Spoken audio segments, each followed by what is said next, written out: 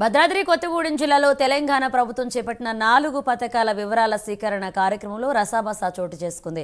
కొత్తగూడెం మున్సిపాలిటీలో రైతు భరోసా, ఇందిరమ్మ ఆత్మీయ భరోసా, కొత్త రేషన్ కార్డులు, ఇందిరమ్మ ఇళ్ల పథకాల లబ్ధిదారుల వివరాలను అధికారులు సేకరించారు. అయితే 5వ వార్డులో ఇందిరమ్మ ఇళ్ల జాబితాలో అనర్హుల పేర్లు ఉన్నాయని స్థానికులు ఆగ్రహాన్ని వ్యక్తం చేశారు. తమ పేర్లు జాబితాలో ఎందుకు లేవు అంటూ అధికారులను అర్హులు నిలదీశారు. జాబితాను పరిశీలించి అనర్హులను తొలగించి అర్హులకు ఇళ్లు అందజేస్తామని అధికారులు సర్ది చెప్పారు.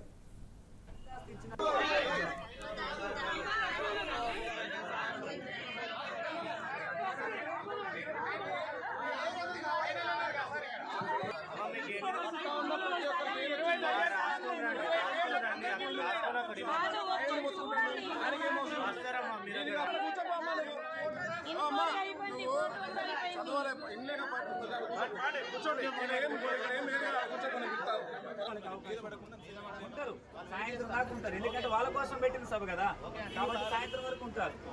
మీకు దరఖాస్తు ఇచ్చినట్టు వాళ్ళకి ఏదైనా ఒకటి ఎక్నాలజ్మెంట్ అనేది ఇవ్వండి, రేపు పొద్దున అధికారులు అడగడానికి.